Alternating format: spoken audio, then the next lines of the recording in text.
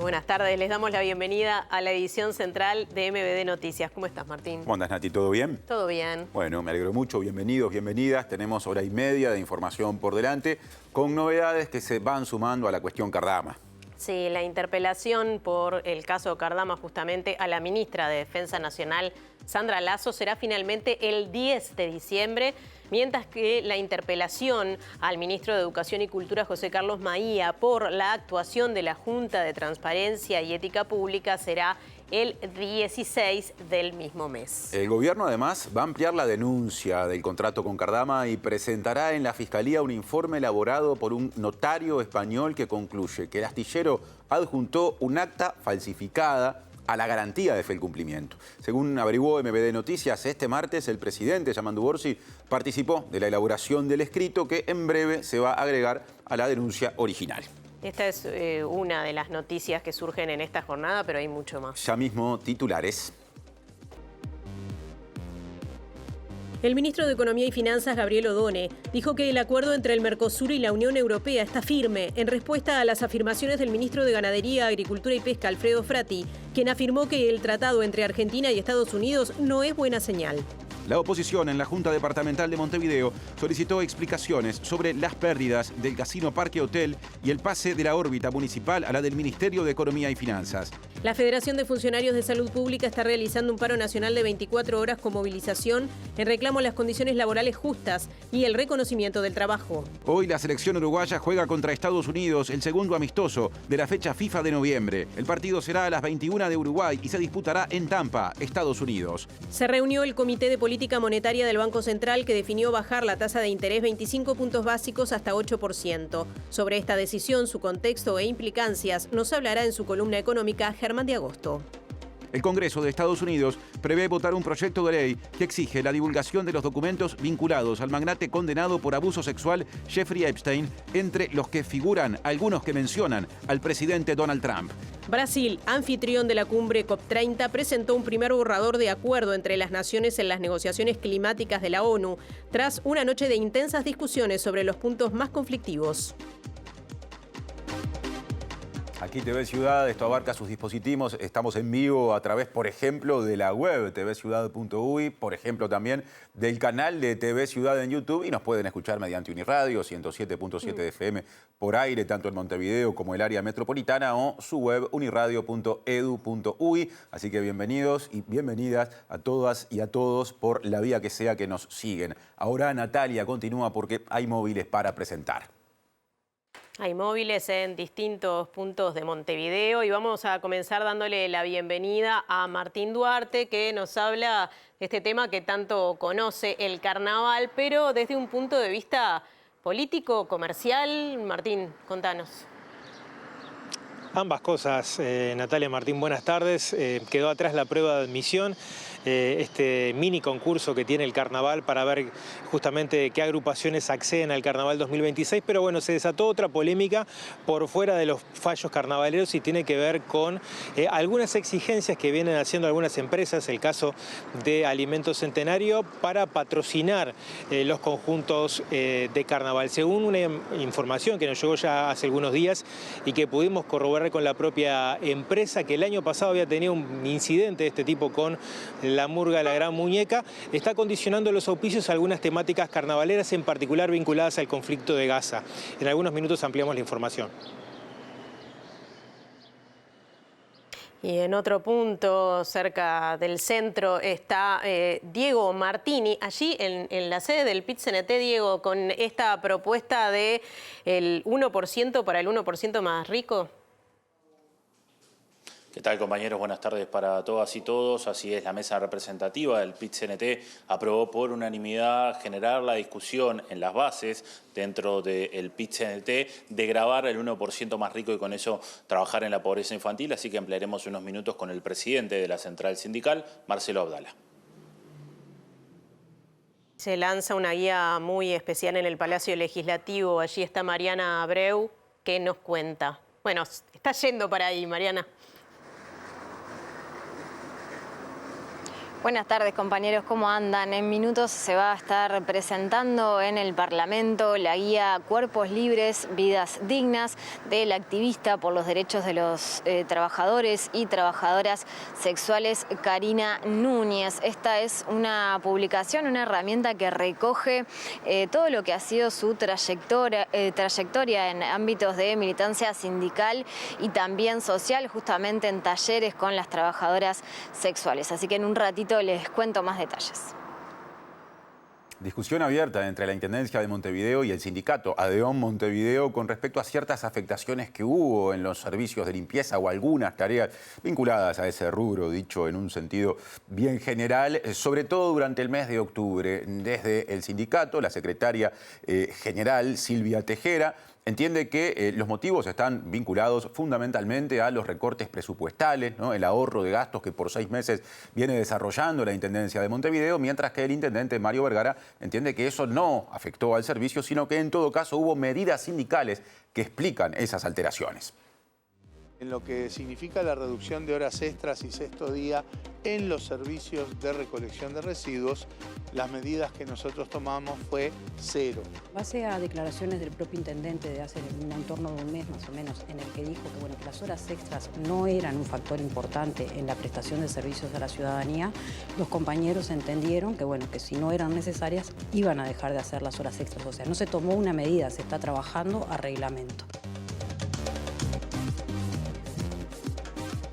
Comenzamos el desarrollo de la información. Les contamos que el ministro de Economía y Finanzas, Gabriel Odone, dijo que considera que el acuerdo entre el Mercosur y la Unión Europea está firme en respuesta a las afirmaciones del ministro de Ganadería, Agricultura y Pesca, Alfredo Frati, quien dijo que el tratado entre Argentina y Estados Unidos no es buena señal. En un encuentro en el que se abordaron las posibilidades de los países latinoamericanos para generar acuerdos, Odone dijo que una de las fortalezas o que la fortaleza de Uruguay es su sistema político y su capacidad de llevar adelante o de por lo menos salir adelante aunque existan disensos.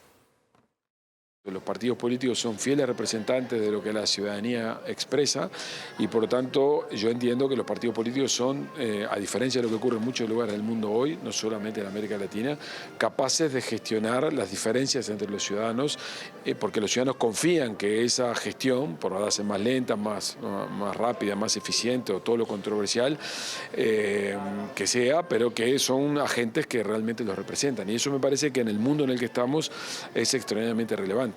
Ministro, quería aprovechar... ¿Cómo sigue Uruguay el tratado entre Argentina y Estados Unidos?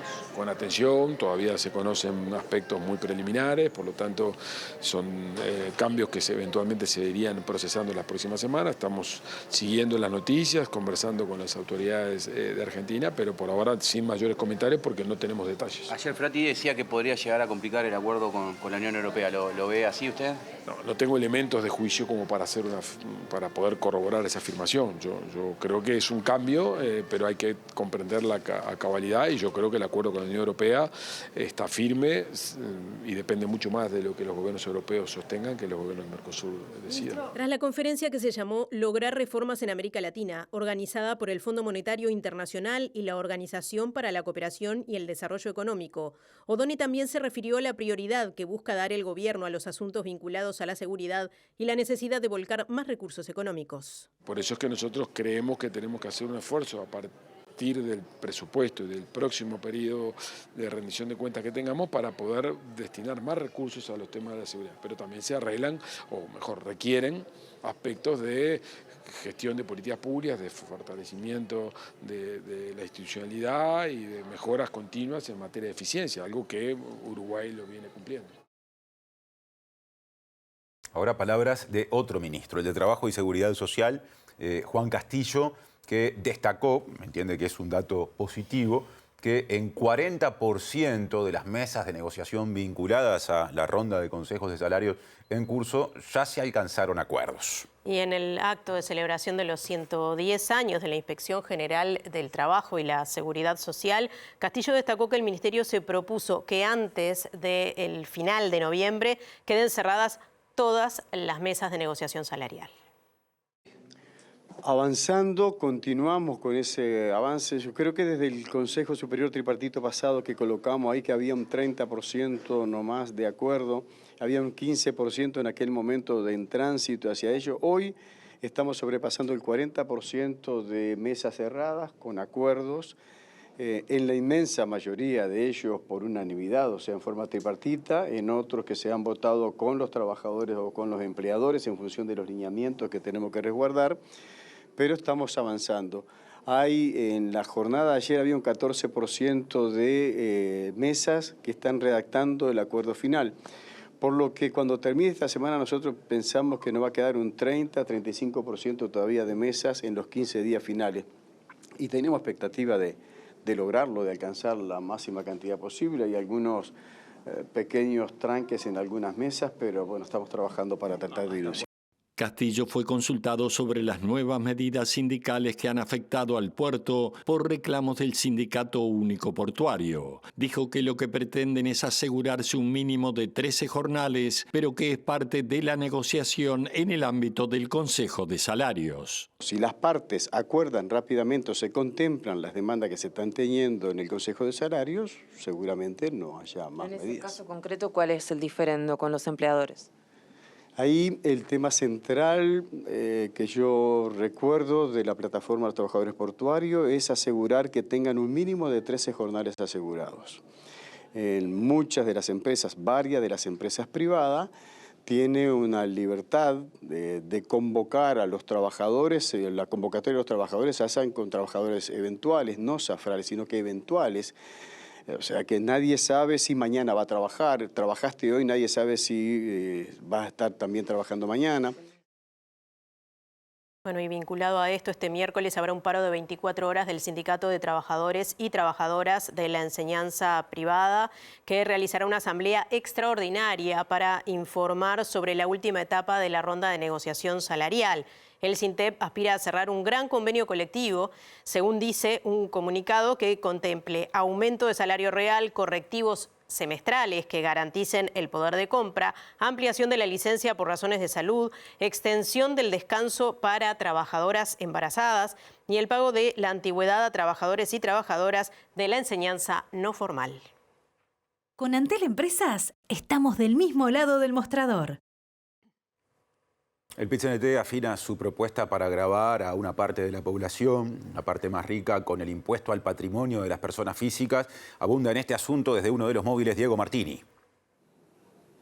Sí, así es, compañeros. Bueno, como vos informabas, Martín, se definió en la mesa representativa del PIT-CNT llevar adelante esta iniciativa, que además recordemos que en algún momento fue planteada por algunos legisladores y generó una discusión interna, por lo menos mediática, dentro del Frente Amplio. No se llevó justamente a discutir, pero bueno, el PIT-CNT tomó esta determinación y para hablar de eso estamos con Marcelo Abdala, presidente de la Central Sindical. Abdala, gracias por estos minutos y bueno, ¿qué implica y por qué el PIT-CNT aprobó llevar adelante esta discusión del 1%?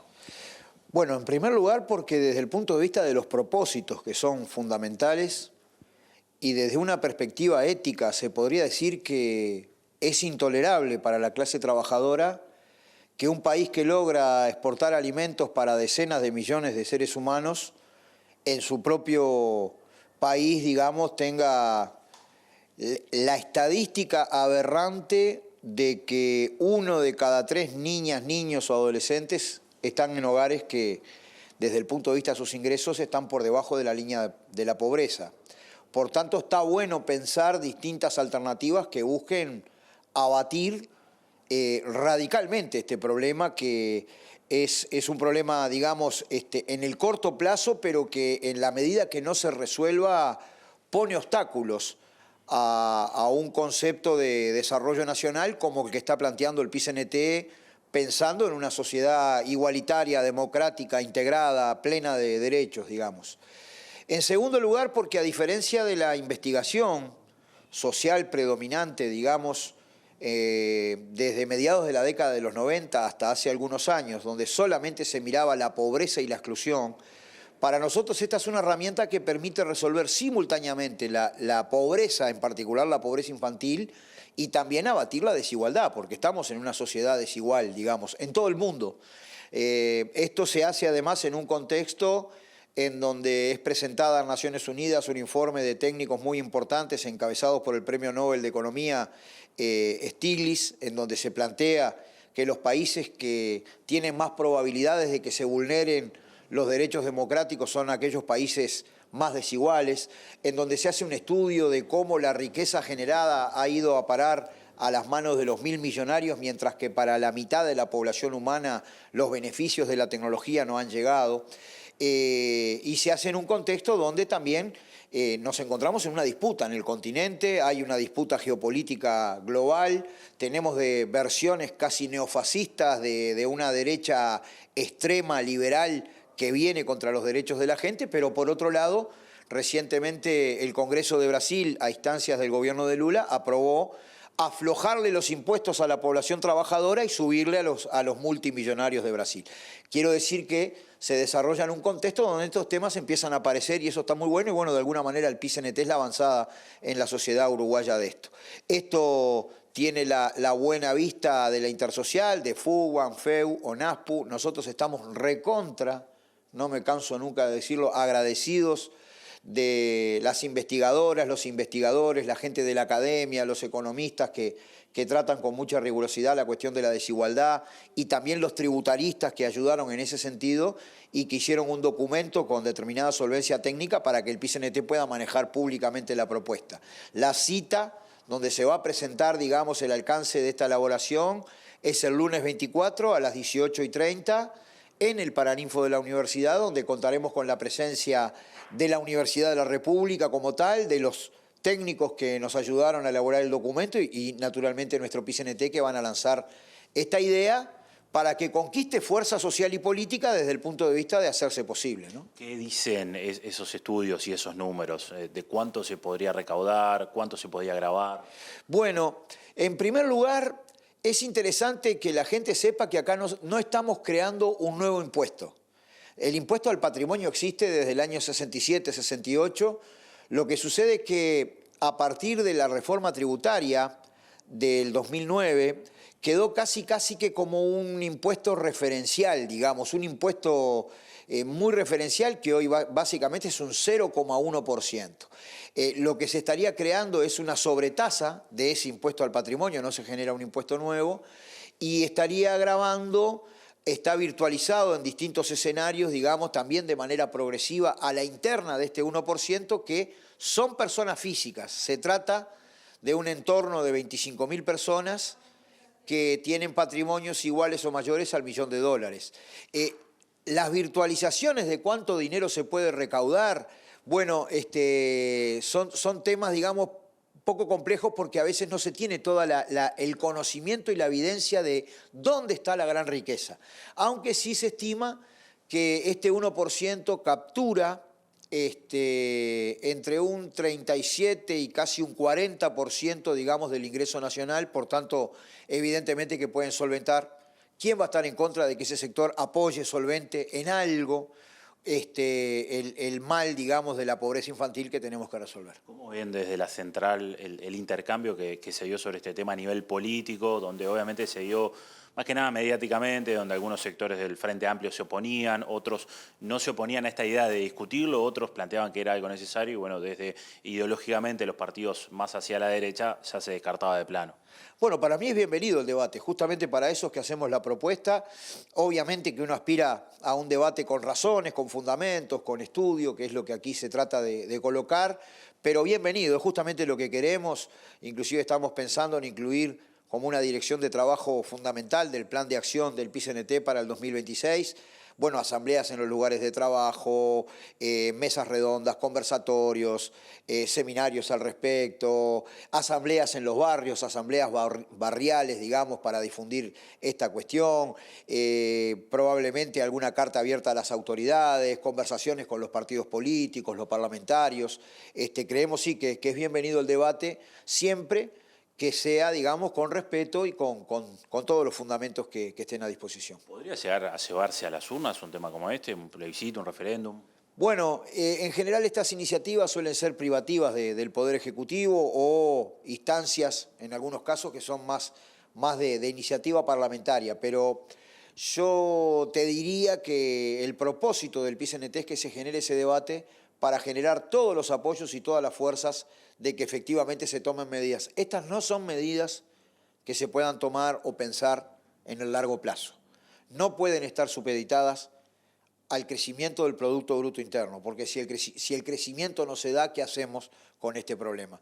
Entonces nosotros vamos a poner el acelerador para que bueno, sea efectivamente de consideración de las autoridades. Y si hay una idea mejor, bienvenida. El tema es resolver la pobreza infantil. Ahora aprovecho para consultarle y para cerrar el cierre o la partida de una empresa multinacional estadounidense, UKG, luego de 3 años y medio de operación en el país. ¿Cómo ven esta situación? Bueno, espantoso. Nos acabamos de enterar, nos ponemos a disposición de los trabajadores, que además se está generalizando una forma absolutamente irrespetuosa. La gente se entera por WhatsApp de que está despedida. Es realmente una situación lamentable. Quiero acotar que también tenemos mucha preocupación, también con problemas con Estados Unidos, el envío al seguro de paro en un aserradero importante, en una planta, digamos, de la madera importante en Tacuarembó. Nos comunicamos con los compañeros, vamos a tentar, digamos, conversaciones a nivel del Ministerio de Trabajo y de Industria para ver cómo estamos atentos a esta situación, y todavía mantenemos una situación de notoria, podríamos decir, aberrante persecución antisindical en Claldi, que a esta altura es un abuso a los derechos básicos de los trabajadores. Así que estamos muy preocupados por esos ejemplos. ¿Se están viendo retrocesos allí? Bueno, hay cierto clima que podríamos decir de intransigencia exagerada en los consejos de salario, de cosas que se pueden convenir de buena fe, pero que cuesta mucho, y sí hay algunos casos de persecución antisindical bastante notorios, ¿no? Adela, muchas gracias. A ustedes. Bien, volvemos a estudios, compañeros, entonces con esta información desde el PIT-CNT. Muchas gracias, Diego y resto del equipo. Ahora cambiamos de asunto desde estudios. Les contamos que el gobierno va a ampliar la denuncia presentada vinculada a Cardama y va a adjuntar o a agregar un informe elaborado por un notario español que establece que cuando presentó la garantía de fiel cumplimiento, tan discutida, Cardama también presentó un documento, puntualmente un acta, que fue falsificada. Según averiguó MBD Noticias, el presidente Yamandú Orsi participó en la elaboración del escrito que en breve se agregará a la denuncia original que está en Fiscalía. Orsi suspendió esta mañana su participación en el acto por el aniversario de la Inspección General del Trabajo y la Seguridad Social para supervisar la redacción de la denuncia, que será presentada por personal de la División Jurídica de la Presidencia. Dentro de la ampliación se destaca el informe que se ve en pantalla, que fue publicado por La Diaria y elaborado por el notario español Ignacio Martínez Gil, que fue contratado por el gobierno uruguayo y concluyó que las copias del acta de manifestación que Cardama entregó al Ministerio de Defensa Nacional en 2024, cuando presentó la garantía de fiel cumplimiento a través de Eurocommerce, son absolutamente falsas. Dicha acta, que fue aceptada por las autoridades del gobierno pasado, fue clave para cerrar el acuerdo con el astillero y fue entregada en mano por Mario Cardama, el director general del astillero. En este documento figura la firma de otro notario español, Luis Calabuig de Leiva, certificando que una segunda persona, Francisco Sabater Cabanes, se había presentado ante él para garantizar que un tercer individuo, al que se nombra como Alex Walsh, contaba con facultades suficientes para representar a Eurocommerce. Sin embargo, el notario español contratado por el actual gobierno consideró que mediante ese esquema se intentó reforzar la apariencia de regularidad de la operación, pero con un nivel de ignorancia acerca de la legislación notarial que llevó a usar una modalidad documental poco propicia, consistente en extraer o desgajar el último folio de una copia verdadera expedida por Calabuig de Leiva para luego insertarlo a continuación del contenido falso en un papel timbrado ordinario elaborado ad hoc por el interesado. En su informe, el profesional contratado por la presidencia también señala incongruencias en las fechas manejadas en la documentación y establece que en toda su vida no había visto un acta de manifestaciones con este contenido. Calabuig de Leiva, el notario cuya firma aparece en el acta que es señalada por el actual gobierno, el 27 de octubre le había dicho a Búsqueda que posiblemente se tratara de una falsificación. Y la ministra de Defensa, Sandra Lasso, apoyó la intención del gobierno de ampliar la denuncia contra Cardama tras conocer este informe que veíamos recién del notario español que establece que el astillero adjuntó un acta falsificada a la garantía de fiel cumplimiento. De todos modos, dijo que eso no inhibe a las partes de dialogar y de hecho confirmó que lo están haciendo.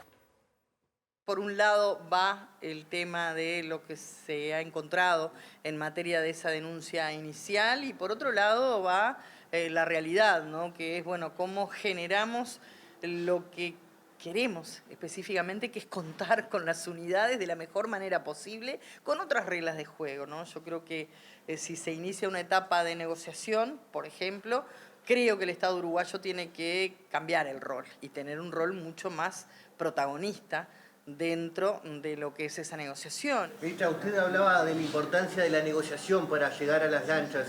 ¿Hay algún tipo de comunicación en este momento con el astillero? ¿En qué está eso? Sí tenemos algún tipo de negociación. Reitero, entiendo que lo que debe quedar claro es cuál es la postura del Ministerio de Defensa en tanto comprador, pero en tanto Estado uruguayo.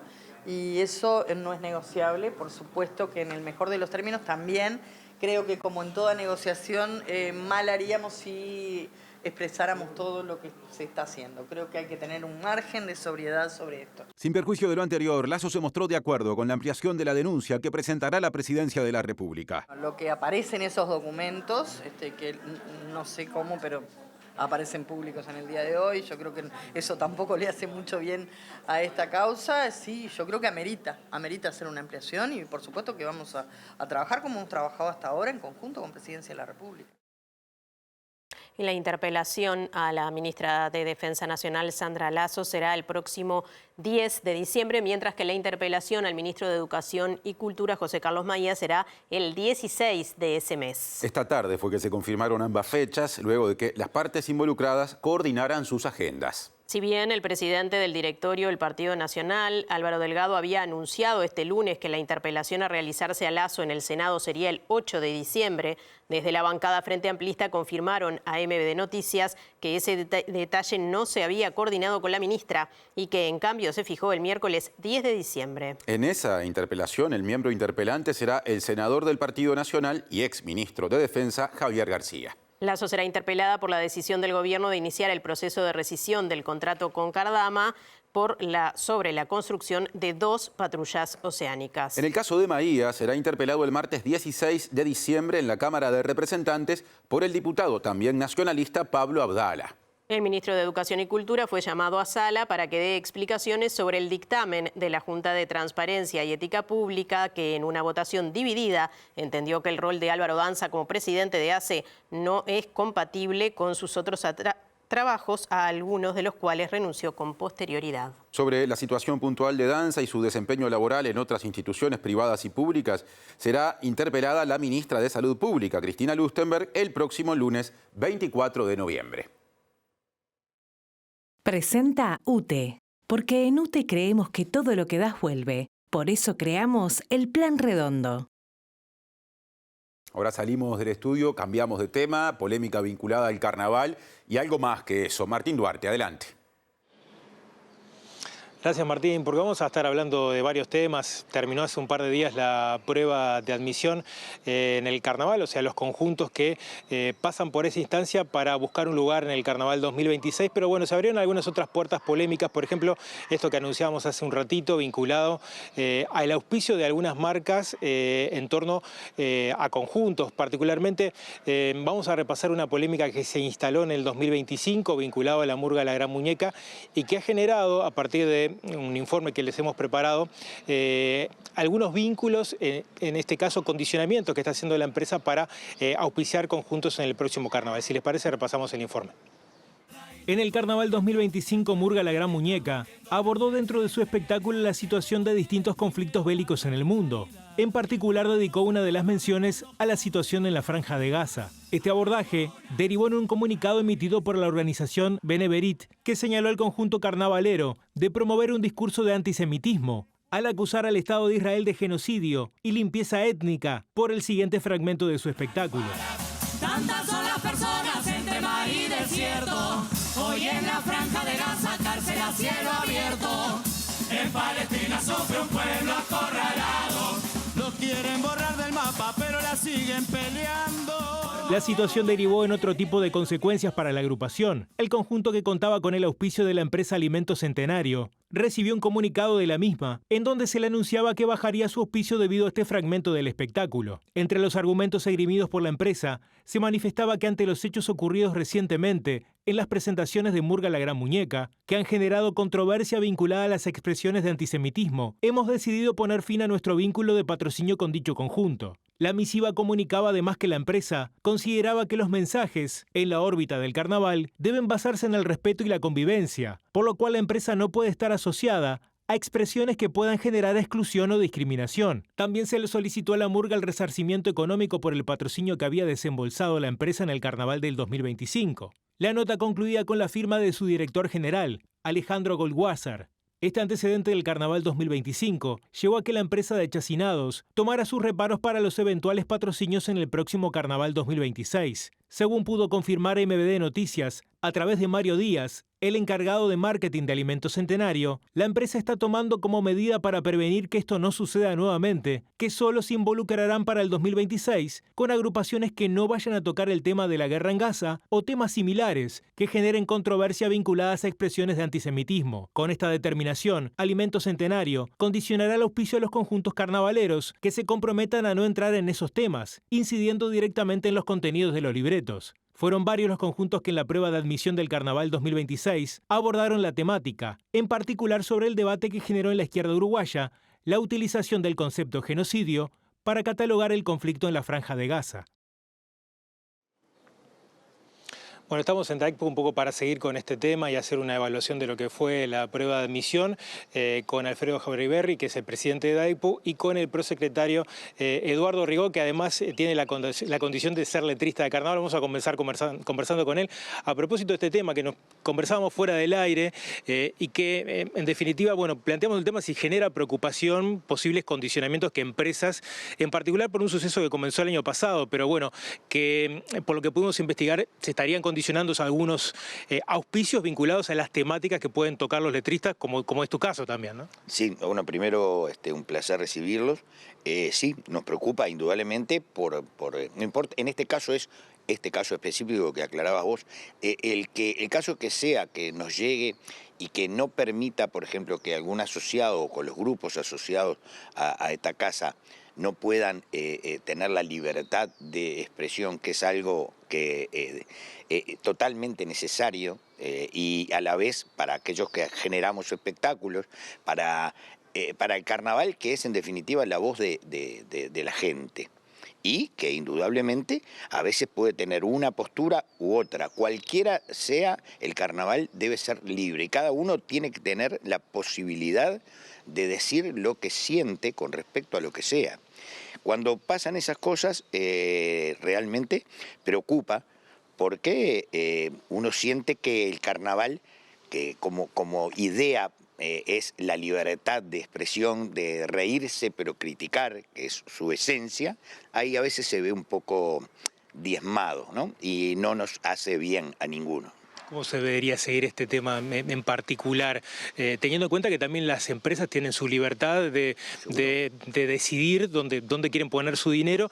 Y en particular, bueno, es un tema de mucha sensibilidad en la sociedad uruguaya, ¿no? El conflicto bélico justamente en la Franja de Gaza. Sí. Que ha generado hasta rupturas y distintas miradas a nivel político, ¿no? Nosotros, como cada uno en su individual, tiene una postura.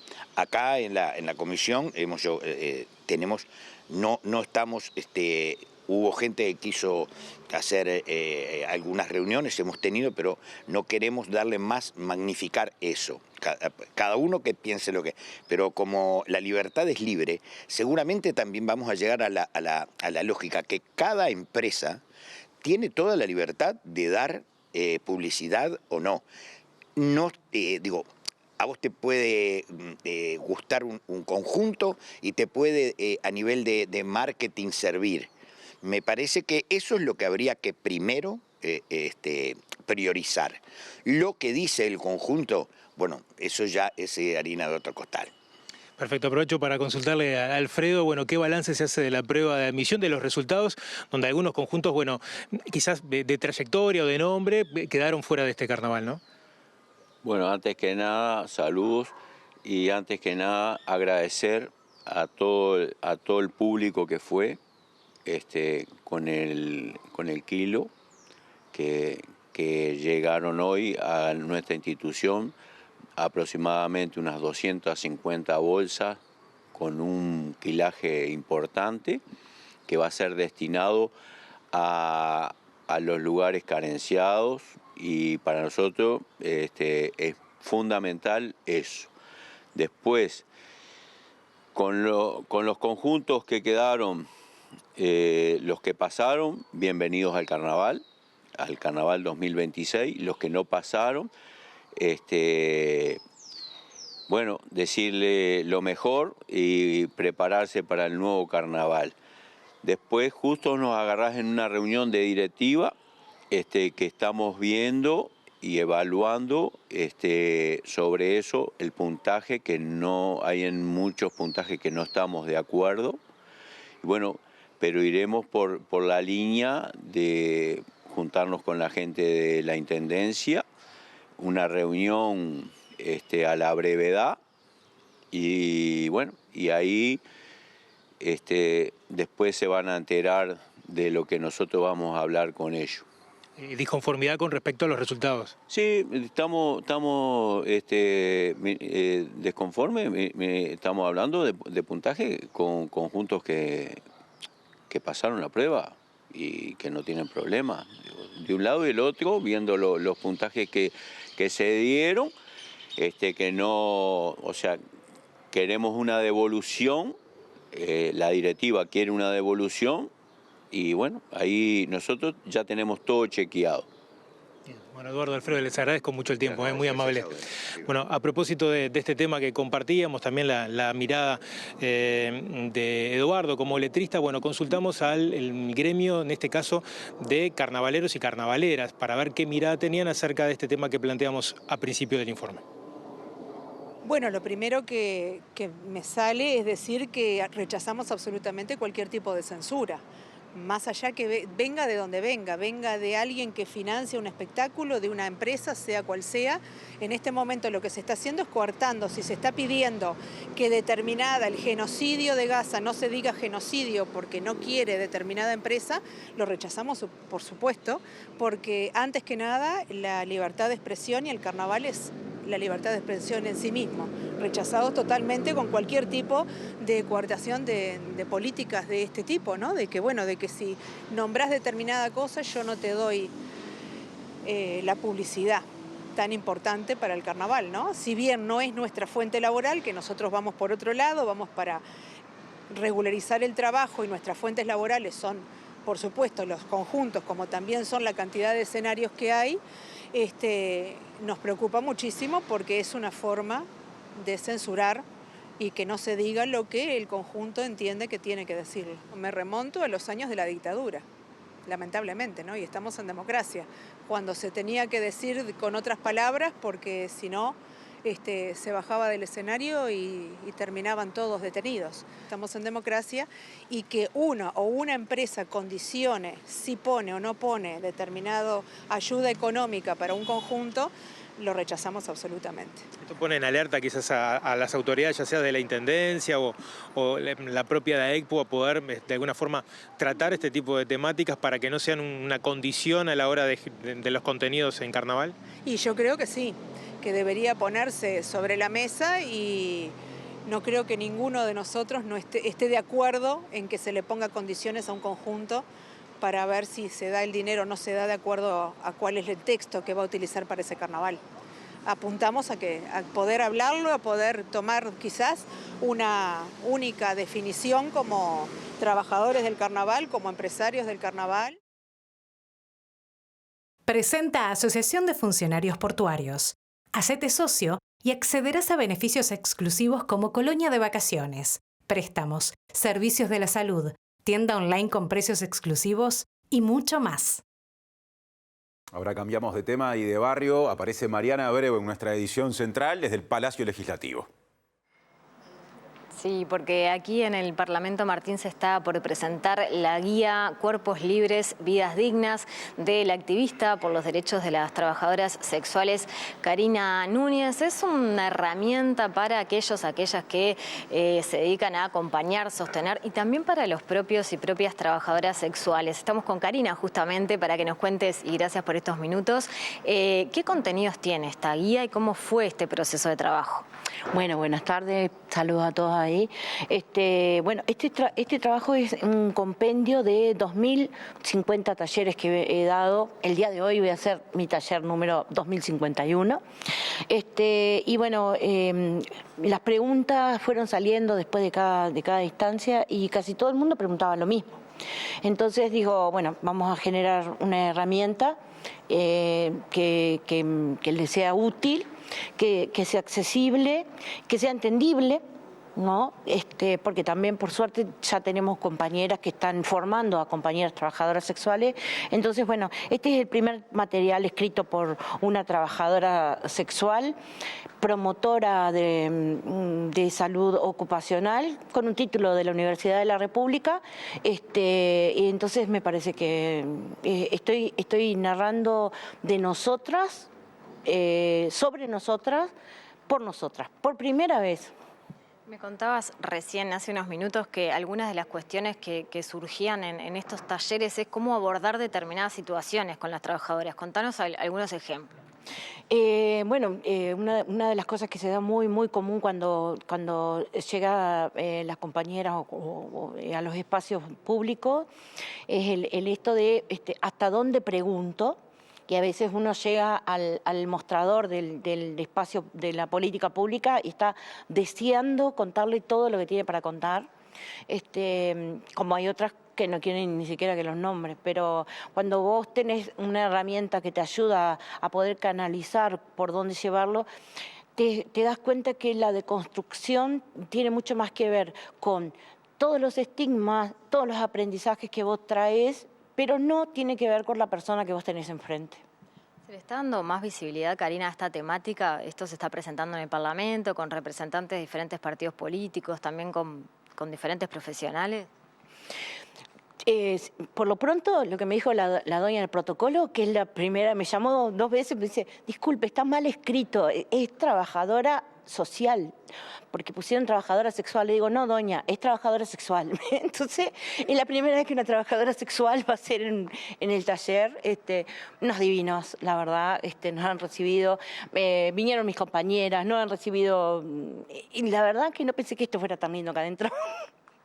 ¿Cómo se puede hacer para apoyar esta publicación que está en preventa?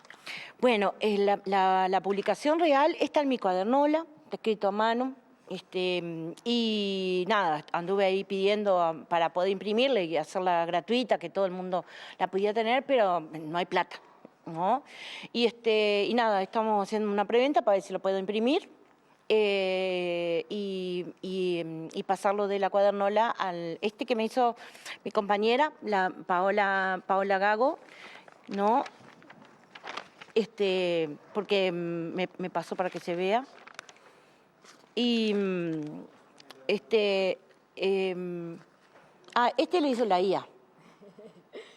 Podemos igual compartir también en los Zócalos cómo se puede acceder a colaborar, si te parece, Karina.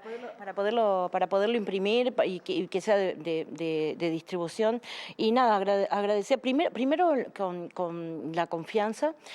Segundo, poder decir que hay muchas más compañeras que pueden dar clase en cualquier parte del país o en cualquier barrio de Montevideo hablando sobre trabajo sexual, que lo único que necesitan son espacios, gente que las abrace y que las acompañe, que le haga piecito para avanzar y que somos parte de la sociedad. La Constitución dice que somos ciudadanas igual que el resto, lo único que necesitamos son oportunidades. Muchas gracias por estos minutos, Karina, y bueno, felicitaciones también por esta cantidad de talleres y por este trabajo. Volvemos con ustedes desde el Parlamento, compañeros. Presenta Mercado Agrícola de Montevideo, en el corazón de un barrio donde late la ciudad. Mercado de Historias. Mercado de Historia.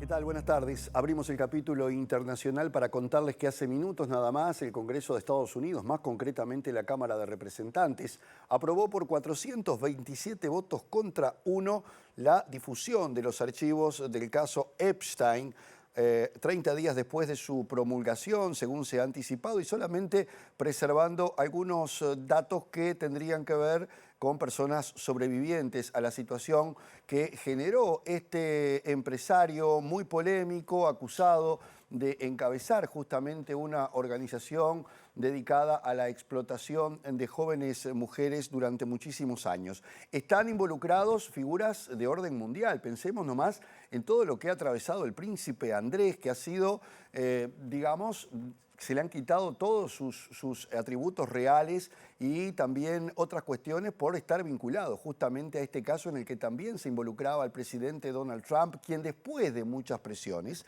aceptó que el Congreso promulgara, o mejor dicho, votara esta ley que va a permitir la difusión de los datos concretos de quienes estaban detrás y compartían estas fiestas con el empresario que se suicidó en el 2019, ya en prisión cuando debía enfrentar un juicio. Recordemos también que todo este caso ha generado muchísimas polémicas, los republicanos lo atribuyen a una maniobra política de los demócratas, pero habrá que aguardar las derivaciones que pueda tener este caso, que podría seguir inculpando a mucha gente.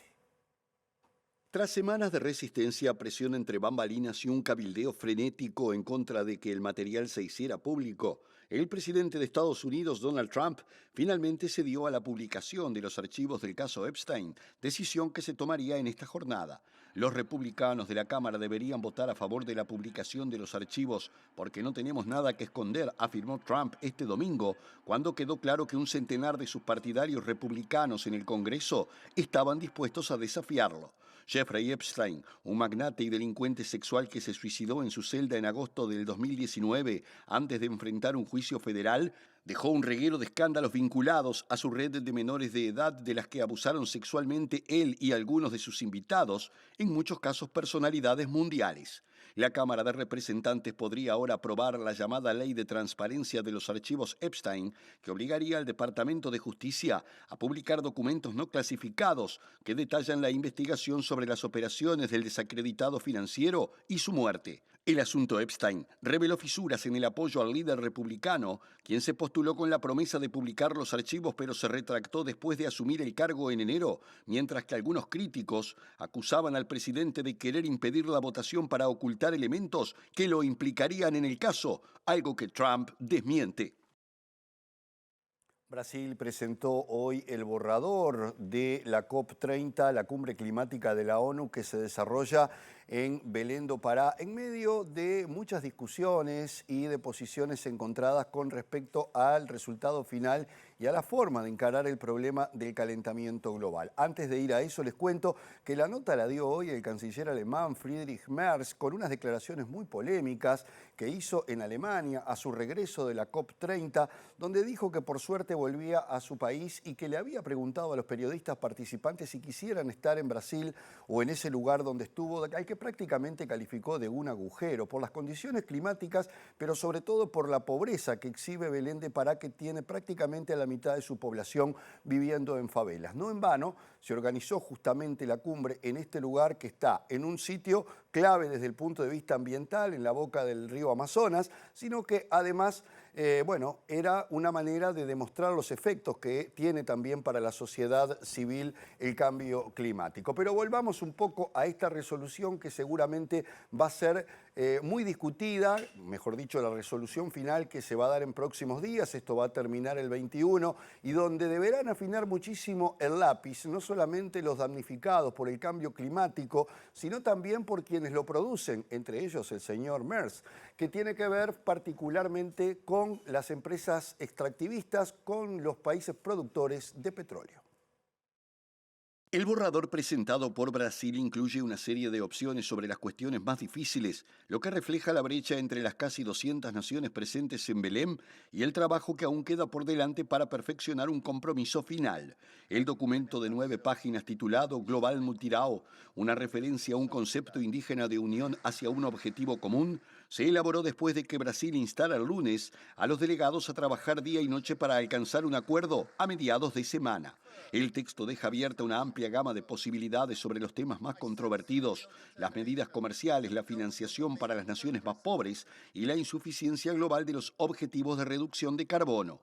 El borrador refleja la marcada división entre una coalición que desea una hoja de ruta para la eliminación gradual de los combustibles fósiles y un bloque liderado por los países productores de petróleo que se oponen a cualquier iniciativa de este tipo. El documento también plantea la posibilidad de analizar los compromisos climáticos nacionales anualmente en lugar de cada 5 años para evaluar con mayor frecuencia el progreso global en la reducción de las emisiones de gases de efecto invernadero. También sugiere que la ayuda financiera de los países ricos a los países en desarrollo para la adaptación al cambio climático se triplique para 2030 o 2035, una demanda clave de las naciones más pobres. Este es el segundo bloque de la edición central de MBD Noticias, como siempre en la pantalla de TV Ciudad. Atención con lo siguiente, un conjunto de trabajadoras y trabajadores de la empresa Claldi que fueron despedidos decidieron comenzar a partir del 1 de diciembre una huelga de hambre e instalar una carpa frente a la torre ejecutiva. La Federación de Trabajadores de la Industria Láctea considera que los despidos fueron antisindicales porque las personas afectadas formaban parte del sindicato de la empresa. Los despidos abarcaron a 32 personas, de las cuales 10 mantienen el reclamo por el reintegro a la empresa, que es una empresa radicada en Yung, departamento de Río Negro. Además, el sindicato denuncia que Claldi se vio beneficiada por el cobro de fondos del Estado que tenían por destino la reconversión de la industria y que se le otorgaron bajo el compromiso de que no hubiera despidos. Las y los trabajadores afectados montaron hace casi 100 días una carpa frente a la planta de Yung.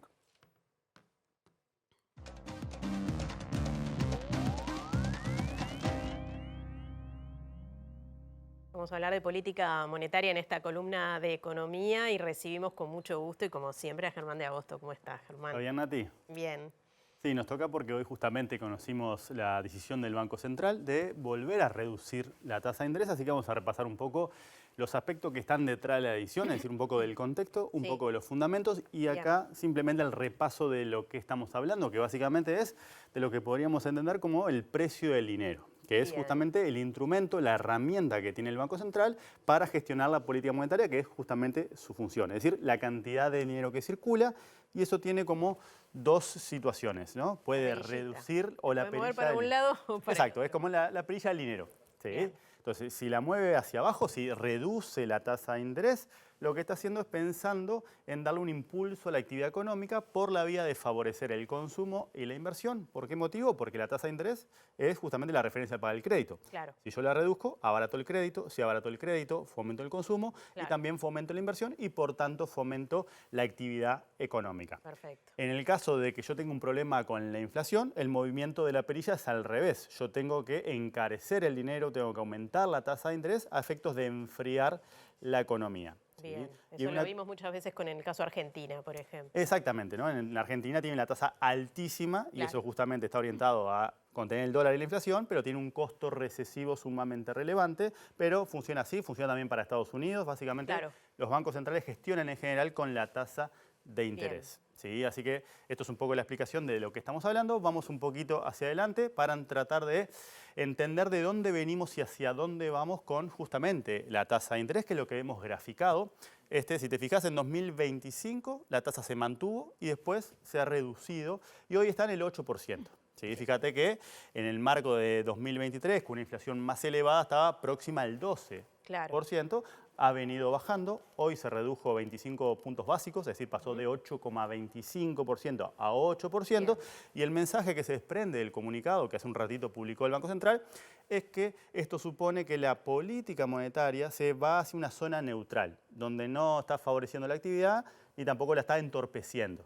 Si querés. Eso es un poco, para tener una idea, la tasa neutral está en el orden del 7%. Es decir, estamos saliendo de una zona contractiva, donde el foco estaba en la inflación, pero a partir de lo que está sucediendo con la inflación y con la actividad, hoy la decisión vuelve a reducir el costo del dinero. ¿Y qué es lo que está pasando con la inflación y con la actividad? Es lo que vamos a desentrañar en las siguientes placas, así que esta es la adición.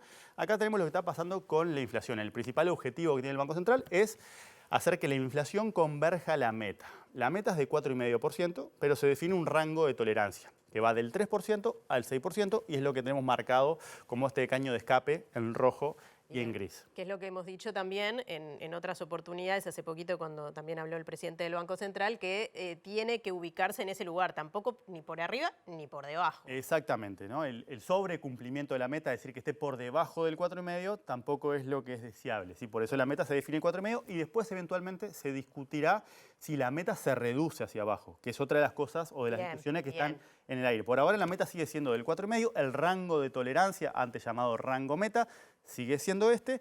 Y acá tenemos en verde lo que sabemos hasta ahora de inflación. Último dato es octubre, 4,3%. Ahí tenés un sobrecumplimiento de la meta. Y lo que tenemos ahí son las proyecciones que salieron justamente ayer en el marco de la encuesta de expectativas que hace el Banco Central con los analistas. Lo que recoge es los cierres de año. Y ahí si te fijas las pelotitas que tenemos en el gráfico son los que están arriba. Para este año se espera que la inflación baje un poquito más y se ubique en 4%.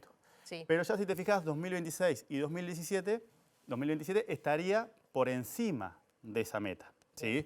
Y lo que señala hoy el Banco Central es que cuando toma el promedio de expectativas, es decir, expectativas de analistas, expectativas de empresarios y expectativas financieras, lo que le da es que ese promedio está en el mínimo histórico, pero si te fijas es casi 5%. Claro. Es decir, todavía no está en 4,5. Por lo tanto, todavía no se puede bajar tanto la tasa de interés, ¿sí? Porque justamente yo todavía tengo que dar cuenta de que no logré que todavía los analistas converjan hacia donde yo digo, los empresarios converjan hacia donde digo y efectivamente la meta se cumpla, ¿sí? Entonces, acá tenemos un argumento para decir, bueno, se bajó, pero se bajó poquito. Si querés, porque todavía esto está.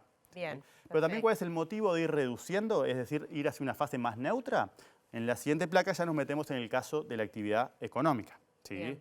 Y acá, si te fijas, este es el indicador de más frecuencia que tenemos para medir la actividad económica, dado que el PIB se publica con rezago. Y lo que muestra es que, si te fijas, a partir del segundo trimestre del año, desde abril, la economía viene desacelerándose e incluso los últimos datos están dando como un freno o un retroceso de la actividad económica. Y eso tiene que ver, entre otras cosas, ¿sí? Con la parada, por ejemplo, técnica por refinería de ANCAP, pero también con niveles de incertidumbre elevados, producto de la situación mundial y la situación regional, que es lo que enfatiza hoy, por ejemplo, el comunicado del Copom. ¿Qué es el Copom? El Comité de Política Monetaria del Banco Central, es el órgano que de alguna manera decide, que es el que se reunió y el que decide sobre la tasa de interés. Entonces está diciendo, bueno, la inflación la tengo controlada, pero todavía tengo que darle un empujoncito más a las expectativas hacia abajo y estoy teniendo un problema en el frente de la actividad, dado que estoy viendo que se me está frenando. ¿Eso influye también el cierre de algunas empresas? Y todo eso se te va metiendo, por supuesto, en la actividad, dependiendo de cómo te influye, en qué sector, pero naturalmente eso no es una buena noticia en términos de la actividad económica, ¿sí? Y por tanto seguramente acá estás recogiendo parte de eso. Bien. Y si vamos una plaquita más, lo que vemos son las perspectivas, esto es mes a mes como viene marchando la actividad. En la próxima placa lo que vemos son las proyecciones anuales, es decir, para este año, para 2026 y para 2027. En la plaquita lo que tenemos es, de alguna manera, la comparación de lo que conocimos ayer con lo que sabemos del presupuesto. Y lo que está pasando, ¿sí? En la plaquita es que, ahora sí, en celeste tenemos las proyecciones actualizadas ayer de los analistas económicos. Y en verde tenemos las proyecciones de crecimiento del equipo económico que dan soporte al presupuesto quinquenal. Bien. Y lo que está sucediendo... El presupuesto se elaboró en base a esa definición. A la que están en verde. Es decir, la economía este año crecería 2,6%. El año que viene 2,2 y 2027 2,4. Y después crecería también en los 2 años que faltan para completar el quinquenio, de forma que el ritmo anual de crecimiento sea del 2,4%. Bien. ¿Sí? Es un poco lo que se discutió en aquel momento, de son optimistas, no son optimistas, pero lo que está pasando es que el gobierno los actualizó en el presupuesto y seguramente los actualiza en las instancias de rendición de cuentas, pero eso es una vez al año. Los analistas tienen la facilidad que todos los meses pueden revisar su proyección porque incorporan más información. Claro. Pero lo que está pasando es que esa revisión de proyecciones está separando cada vez más las expectativas de los analistas de lo que está previsto por el gobierno. Es decir, aquella discusión si es optimista o menos optimista, bueno, en este caso, los últimos datos están marcando que capaz que quedan largas estas proyecciones. Capaz que es un poco optimista. Exacto. Que siempre está ese optimismo porque es la señal que da el gobierno también, ¿no? Tiene como muchas funciones. Importante exactamente. Eso también, claro. ¿Sí? Pero acá lo que tenemos es que en particular el 2025 se ha revisado a la baja, ¿sí? Y si te fijas hay una diferencia casi de un punto en el crecimiento acumulado en estos 3 años. O sea que eso es otra cosa que está evaluando el Banco Central, es decir, a la actividad hay que darle un impulso, no solamente porque los últimos datos están mostrando esto, sino porque también los datos suponen una revisión bajista de las perspectivas, por tanto, con la inflación controlada, empiezo a focalizarme en esta otra dimensión. Bien. Y finalmente, en un país como el nuestro, y cuando digo un país como el nuestro me refiero a una economía bimonetaria, donde circulan pesos, pero también circulan dólares, ¿sí? La relevancia que tiene la decisión de política monetaria también impactan en el precio del dólar o en el tipo de cambio. Claro. ¿Sí? Por eso, cuanto más alta es la tasa de interés, más atractivos son justamente los instrumentos en pesos y eso hace que el dólar se pinche un poquito. Bien. Por lo tanto, cuanto menos es la tasa de interés y más piola le podés dar al dólar. Perfecto. ¿Por qué? Porque si te fijas, acá tenemos la trayectoria del dólar, graficada en verde, Sí. y mirá lo que pasó en el 2025. ¿No? Arrancamos arriba de 44 pesos Sí. y ahora estamos abajo de 40 pesos. Es una caída casi del 10% en un contexto donde vos ya tenías problemas de competitividad. Y mirá lo que está pasando. Ahí estamos viendo los resultados de la encuesta de expectativa que hizo en enero y la que conocimos ayer. Fíjate los analistas lo que esperaban del dólar para el cierre de este año y para el cierre del que viene. 46 pesos casi y casi 48 pesos. Lo que están respondiendo ahora es, bueno, lo vemos más cerca de 40 y de 41. Y Odone decía el otro día justamente que esto que estamos viviendo en Uruguay no es propio del Uruguay, sino Claro. que responde a un contexto global donde el dólar se está debilitando. Y eso es importante porque lo que pasaba años anteriores es que acá el tipo de cambio caía, pero en el mundo subía. Bueno, estamos viendo los problemas que tiene Estados Unidos, ¿no? Por ejemplo. Exacto, esto responde a los problemas que tiene Estados Unidos. Lo que está diciendo es la política monetaria, esto que estamos discutiendo hoy, no puede hacer nada para evitar que esto suceda. ¿Y cuánto influye esto en las posibilidades de que aumente la actividad? Y bueno, ahí tenés justamente los dos costados del tipo de cambio, ¿no? Por un lado, un tipo de cambio más bajo, como el que estamos viendo ahora, favorece el consumo. Sí. ¿Sí? En definitiva, comprar televisores, comprar bienes de consumo durables, si querés, o bienes importados, ¿sí? Electrodomésticos, autos, casas, Sí. Netflix, streaming, HBO, todas las cosas en una economía Sí, lógico. con un peso. Es más barato. Somos más ricos, entre comillas, en dólares cuando es bajito. ¿sí? Claro. Pero complica el sector exportador. Si Por esto eso. se da vuelta rápidamente, tenés el efecto contrario. El Claro. consumo merma porque nos empobrecemos en dólares y el dólar es algo que está súper presente en nuestro consumo. ¿sí? Ya Porque lo hemos están- hablado muchas veces. pero te favorece la actividad por el lado de las exportaciones. Entonces tenés como ese dilema entre de qué lado lo ves. ¿sí? Pero lo que se sabe es que el tipo de cambio tiene que corregir y el presupuesto supone que va a corregir un poquito. Pero lo que está pasando es que el dólar a nivel global está cayendo y lo que dice Odone es que No hay mucho para hacer. el con Banco respecto a Central básicamente no puede hacer nada para evitar una fuerza Bien, que es global. no puede intervenir en este caso. Exacto, entonces no vamos a poder recuperar competitividad por la vía del Perfecto. dólar. Así que la política monetaria, entonces definimos lo que era, analizamos dónde está hoy, analizamos cuáles son los fundamentos en términos de la inflación y de la actividad y sumamos este tercer vertical que tiene que ver con el tipo de cambio, dadas las características específicas de Uruguay, siendo una economía donde circulan dos monedas y el Banco Central solamente actúa sobre una. La tasa de interés es en pesos. ¿sí? Perfecto. Clarísimo, Germán. Bueno, espero que sirva para todas y todos porque es de mucho Y a ver, la interés tasa de esto. interés, más allá del precio lineal, es la referencia para Sí. todos los créditos, para todo. Por lo Para tanto, todo. cuando todo demás derrama en cascada. Por eso es Bien. de referencia. Bueno, muchas gracias, Germán. Hasta la semana Nos que vemos el viene. martes que viene. Sí, exacto. Ya sigue Martín, creo que con fútbol.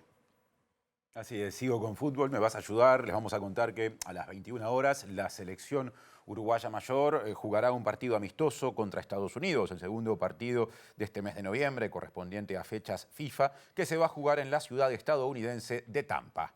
La Celeste viene de un empate 0-0 ante México y no pierde desde junio, mientras que la selección estadounidense llega con un triunfo por 2-1 contra Paraguay y con 3 victorias con sus últimos 4 encuentros. El entrenador Marcelo Bielsa hará cambios con respecto al equipo titular que abrió el partido contra México disputado el sábado pasado. En el arco estaría jugando Christopher Fiermarín. Mientras tanto, en la defensa estarían Nathan Nández, Ronald Araujo, Santiago Bueno y Matías Viña. En el medio jugarían Rodrigo Bentancur, Manuel Ugarte, Rodrigo Salazar y Georgian de Arrascaeta. Y como delanteros, Federico Viñas y Maximiliano Araujo. Aunque el equipo titular aún es tentativo, lo seguro es que no estarán Sebastián Cáceres, José Luis Rodríguez, Santiago Omenchenko, Facundo Pelistri e Ignacio La Quintana, quienes fueron desafectados del plantel. Este es el bloque número 3 de la edición central de MBD Noticias. Les contamos que la Intendencia de Montevideo, el municipio B, la Organización Internacional para las Migraciones y la Red de Apoyo al Migrante lanzaron la 5ª edición del Mes de las Migraciones. Sí, claro. Graciela Villar, que es directora de Desarrollo Social de la Intendencia de Montevideo, destacó la pronta creación de un consejo consultivo que justamente va a colaborar en políticas y acciones vinculadas a la inclusión, y desde la sociedad civil se reclamó la formación de personas mediadoras interculturales para combatir el racismo y la xenofobia. Nos propusimos generar un consejo consultivo de la sociedad civil que los representa para trabajar con ellos en políticas que tengan que ver con la inclusión.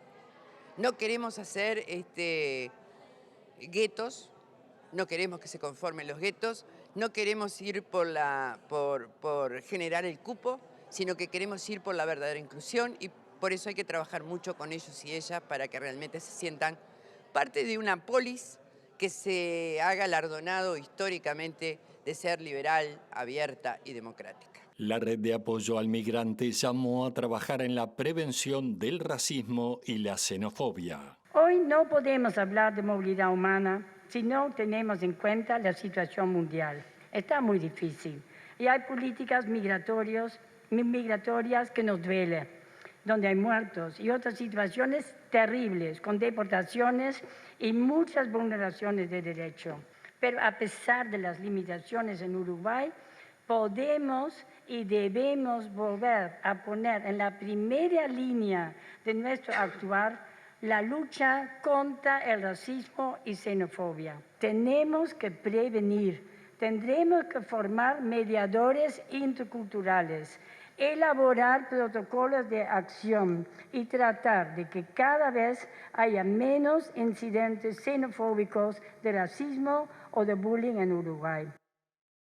Y un grupo de personas oriundas de República Dominicana participó del lanzamiento de la 5ª edición del Mes de las Migraciones. La calidad de la educación y de la salud y la seguridad ciudadana son los elementos fundamentales por los que esta población, según dicen, elige vivir en Uruguay. Esta organización fue creada una herramienta más para la insertación laboral, para la insertación a la comunidad y que ellos no se sientan solos, porque es difícil comenzar lejos de casa. En la mayoría de las familias uruguayas hay una historia migratoria.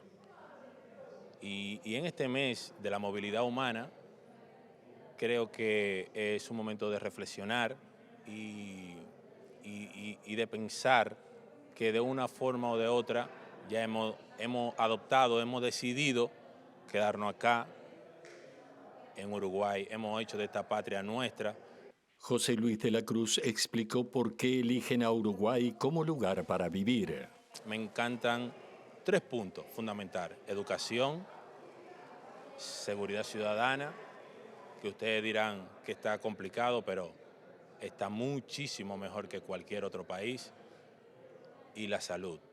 En cuanto al vínculo con la comunidad dominicana que se encuentra en un asentamiento en Colón, dijo que coordinan eventos culturales y sociales para fortalecer y mejorar la convivencia en comunidad.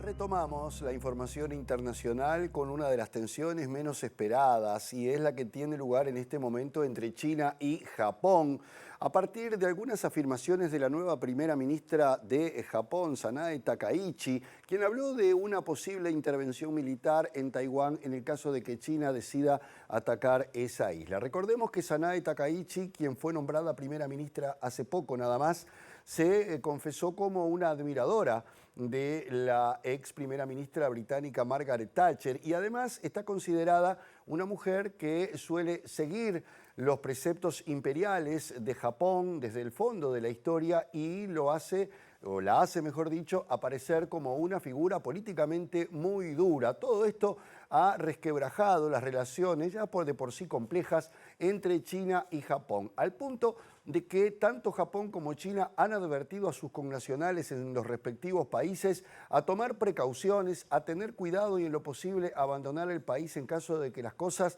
se compliquen. Esto también ha golpeado la industria aeronáutica porque los vuelos se han cancelado entre uno y otro país en una escalada que ha tenido en pocas horas un alcance importante, a tal punto que China está llevando a cabo maniobras militares con fuego real en el Mar Amarillo y ha decidido ampliarlas a raíz de este problema que ha surgido con un histórico vecino, países que se deben muchas cuentas, sobre todo las que debe Japón a China. Los comentarios el pasado 7 de noviembre de la primera ministra de Japón, Sanae Takaichi, en los que aseguraba que una operación armada de China contra Taiwán podría justificar el envío de tropas para apoyar a esa isla democrática, siguen generando tensión diplomática entre ambos países. Takaichi justificó su posición alegando legítima defensa colectiva, ya que China y Japón escalan advertencias y amenazas por Taiwán, que se encuentra a tan solo unos 100 kilómetros de la isla japonesa más cercana.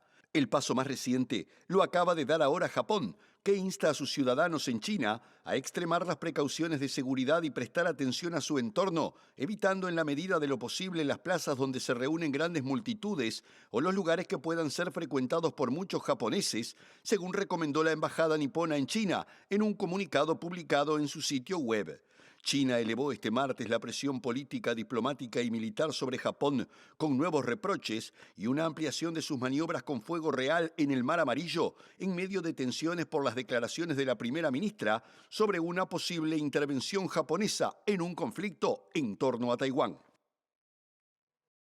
Y el Consejo de Seguridad de las Naciones Unidas aprobó por 13 votos a favor y 2 abstenciones de Rusia y de China el plan de 20 puntos presentado por el presidente Donald Trump para la Franja de Gaza. Hoy jamás se bajó de esa posibilidad en el entendido de que un grupo internacional de militares se haga cargo de la franja no es otra cosa que sustituir la ocupación israelí por otra que va a determinar el futuro de los palestinos. Es solamente uno de los problemas que afronta el plan de Estados Unidos para la Franja de Gaza. Por otra parte, Rusia, que se abstuvo en esta oportunidad, dijo que Estados Unidos está vendiendo gato por liebre. El Consejo de Seguridad de Naciones Unidas aprobó con una votación de 13-0 y las abstenciones de China y Rusia la creación de una fuerza internacional de estabilización para Gaza, contenida en el plan de 20 puntos para la paz en el enclave, presentado por Estados Unidos. Varias naciones árabes y musulmanas habían adelantado su interés en formar parte de esa fuerza internacional que se encargará de velar por la seguridad en el enclave, pero condicionaron su participación a que la iniciativa contara con el aval del Consejo de Seguridad. Sin embargo, el entusiasmo inicial podría diluirse rápidamente luego que Hamás notificara que rechaza la iniciativa porque considera que sería cambiar la ocupación israelí por una tutela extranjera, sosteniendo que asignar a la fuerza internacional tareas y roles dentro de la Franja de Gaza, incluyendo desarmar a la resistencia, le quita su neutralidad y la convierte en parte del conflicto a favor de la ocupación, aseguró el grupo islámico. De acuerdo con el plan impulsado por Estados Unidos, la Fuerza Internacional de Estabilización contaría con un amplio mandato que incluye la supervisión de las fronteras, la seguridad y la desmilitarización del territorio, al tiempo que prevé una Junta de Paz que sería presidida por Donald Trump y funcionaría como autoridad transitoria hasta el 2027. El presidente de Estados Unidos celebró lo que calificó como una de las mayores aprobaciones en la historia de las Naciones Unidas, que impulsará la paz en todo el mundo, mientras que el gobierno de Rusia, si bien no vetó el plan, fue muy crítico al afirmar que podría convertirse en una tapadera para los experimentos sin control de Estados Unidos e Israel en los territorios palestinos ocupados y acusó a Washington de vender gato por liebre. La decisión en el Consejo de Seguridad se da luego de 2 semanas de intensas negociaciones en las que los interlocutores árabes y palestinos ejercieron una fuerte presión sobre Estados Unidos para que aceptara la perspectiva de la autodeterminación palestina.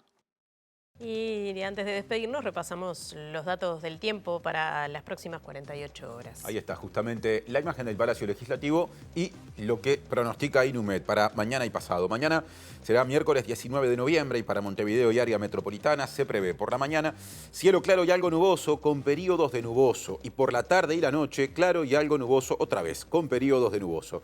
Temperaturas extremas pronosticadas, mínima 12 grados, máxima 23.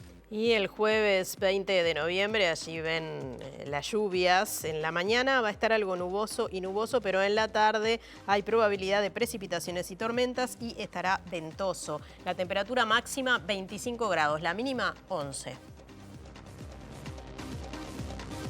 Esto es casi una despedida, ya empieza el lado B en la pantalla de TV Ciudad. A su término volverá MBD Noticias, en síntesis con lo principal de la edición que está cerrando en este momento y mañana estaremos en vivo de nuevo. Exacto, a las 8, a las 13 y a las 18:30. Hasta entonces, gracias por estar. Que pasen bien.